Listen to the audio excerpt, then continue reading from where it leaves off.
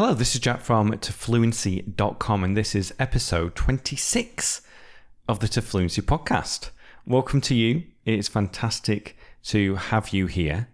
Now, before we get into the episode where we are going to talk about if you need to move to an English-speaking country in order to learn English, I've got a little announcement that we have just hit 500,000 subscribers on YouTube.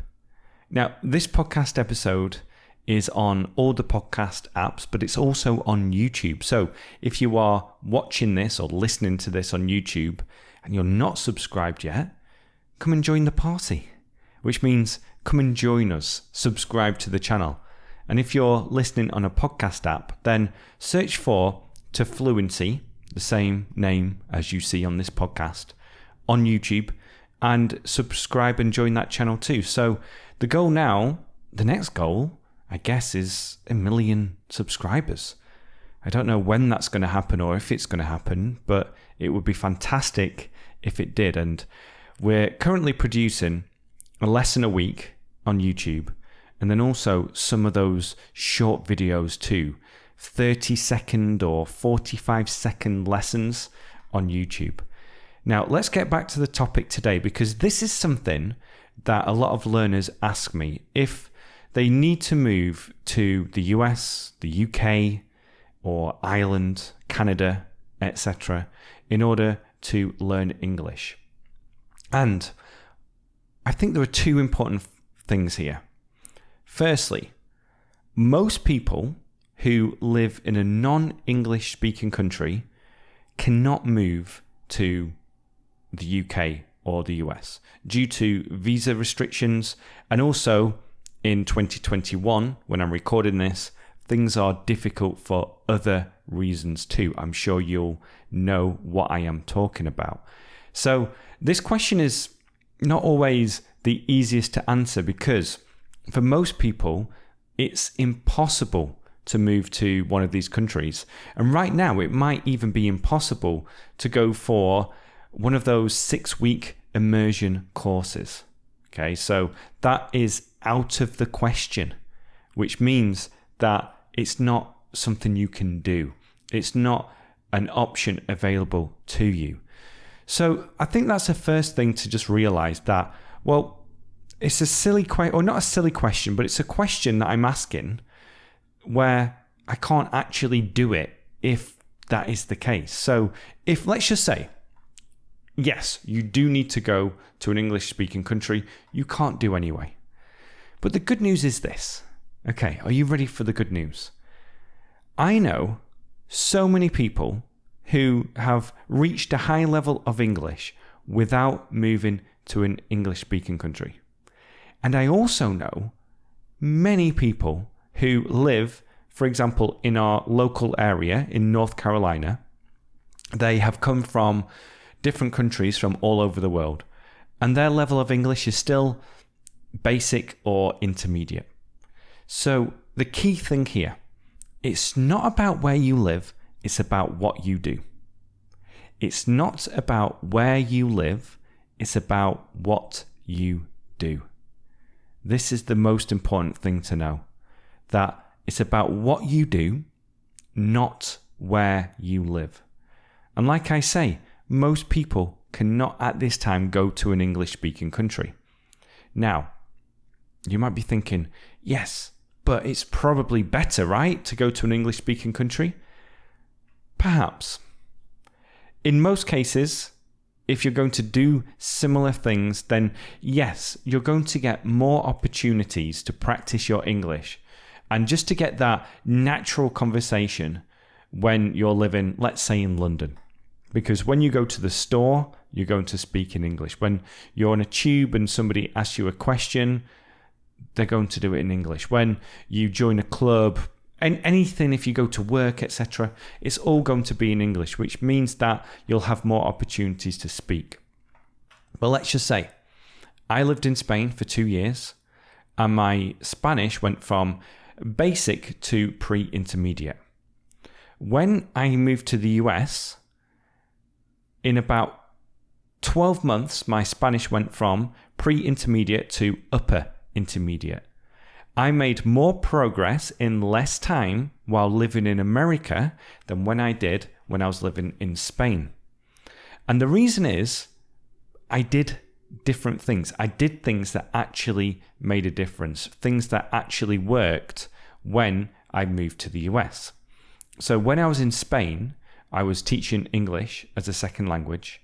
I was living with an American. I had lots of English-speaking friends, but also I just didn't really do the things that made a difference. I spent a lot of time doing grammar books, workbooks, and listening to things that I didn't understand. I was listening to things I didn't understand. Now, this is important because I've talked about in the past how to read for fluency and how to really make your listening more effective. But before I go into all that, what we're going to also talk about today is how to create that environment so that you can learn English no matter where you live, and also some extra tools and resources for you if you want to explore this further. But like I said, it's not about where you live, it's about what you do. And a good place to start is thinking, okay, what am I doing on a daily basis in order to improve? And how quickly do I want to improve? Okay, so what am I doing on a daily basis to improve, and when do I want to have a specific level by? Now, if you haven't got my book yet, the 5-Step Plan for English Fluency, this is free to download. You can download it on my website. I'll leave a link in the description for you so you can go ahead and do that. But we're going to talk a little bit about goals now, also just what you can do no matter where you live. And I've got some more good news for you as well, because today it is much easier to create that English immersion environment no matter where you live than it used to be in the past. So people think, okay, I need to move to the US or the UK in order to learn English because I'm going to be surrounded by English. Surrounded by English, where English is all around me. But you can do this no matter where you live. And I think a good place to start here is to make this one change. To do whatever you do now, but do it in English instead.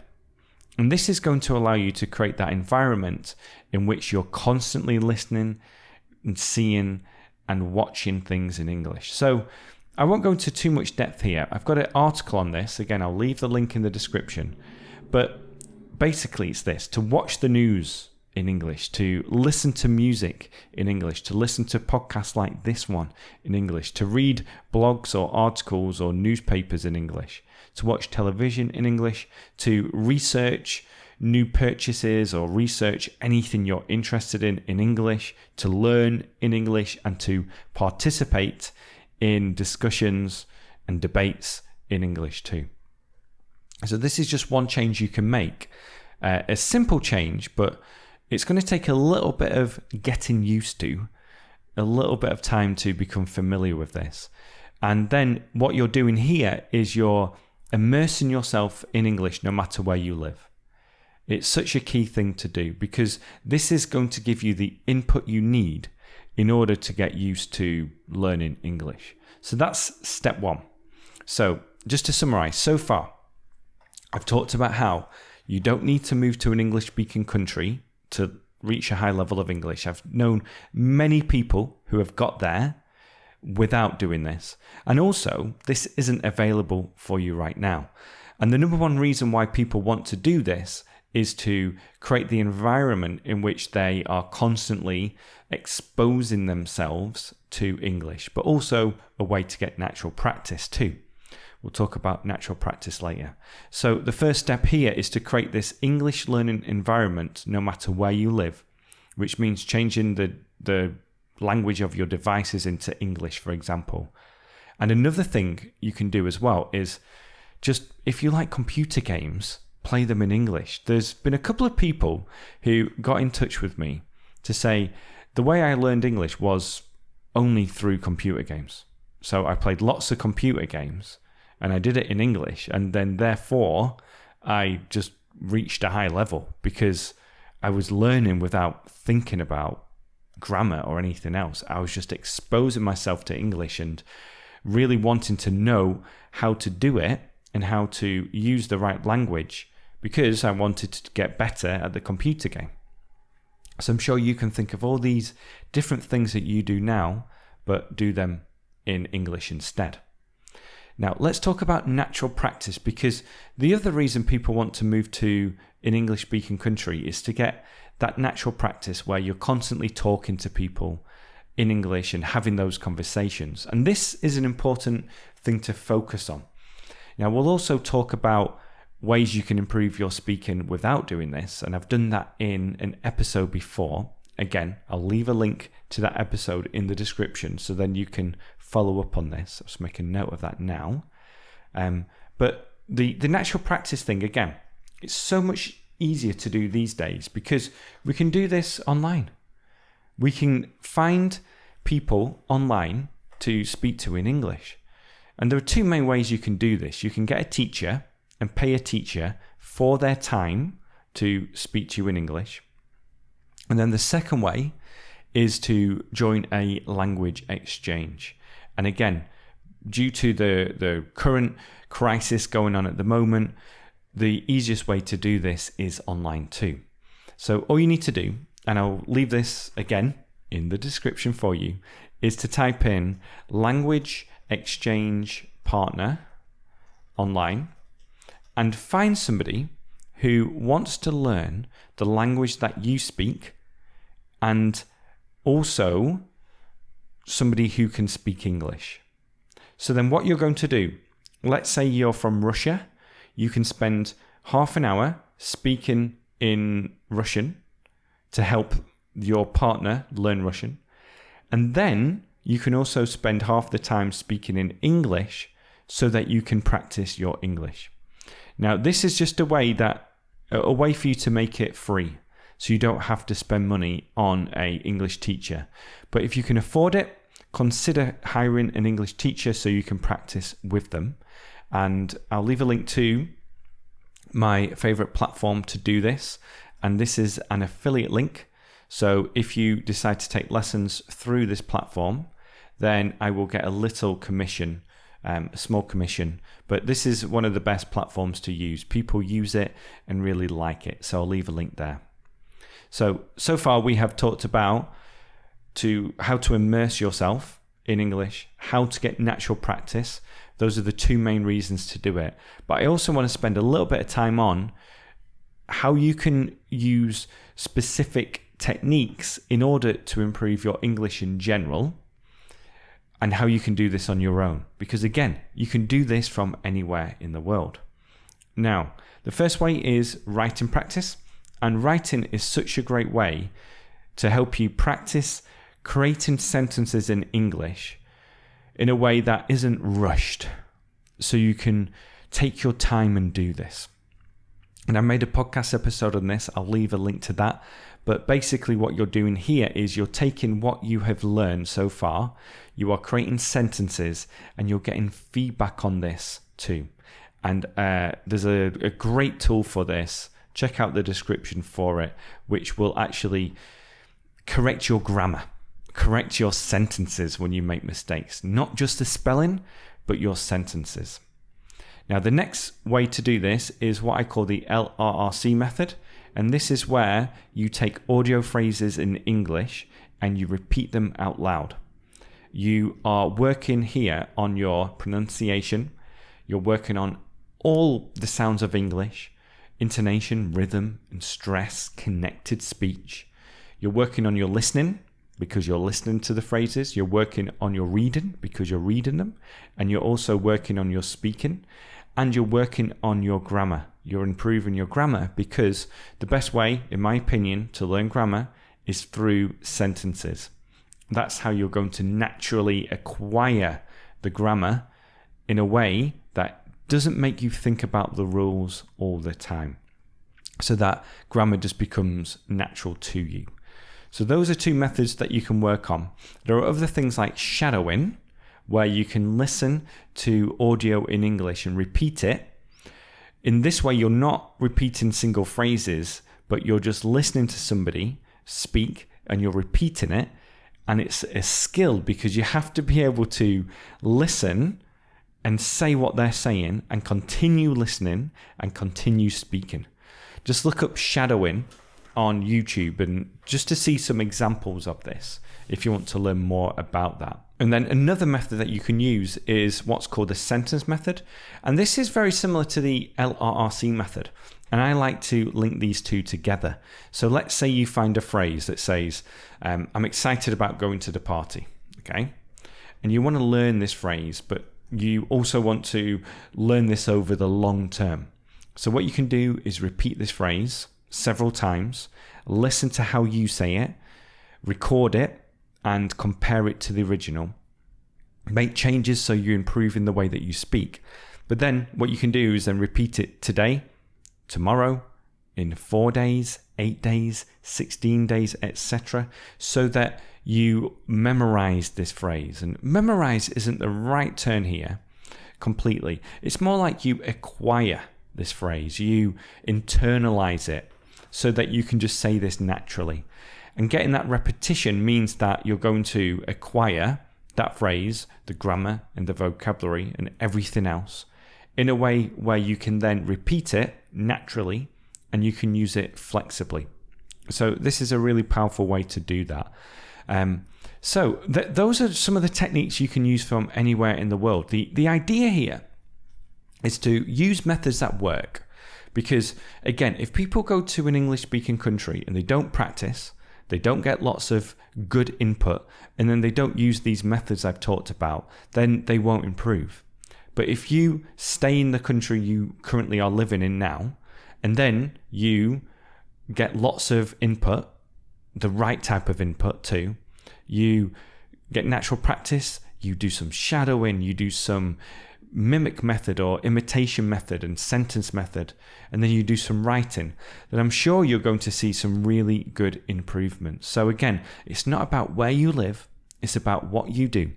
And I know many people who have got in touch with me to say, yep, I learned English to a great level by doing this, by staying in my own country and just immersing myself in English. And another person I'd like to introduce you to is, I forget his name now, but he's got a blog called All Japanese All the Time.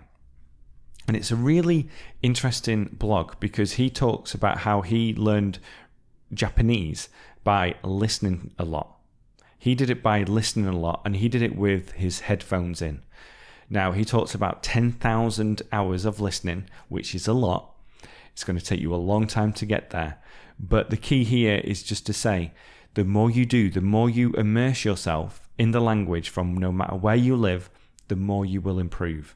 But then we can also be really smart with how we do it by focusing on the right type of input for your level, and then also getting repetition, using the speaking method, using all the methods I've talked about here and will list in the description, so that you can really just fine tune your learning to make it more efficient and to improve at a faster pace.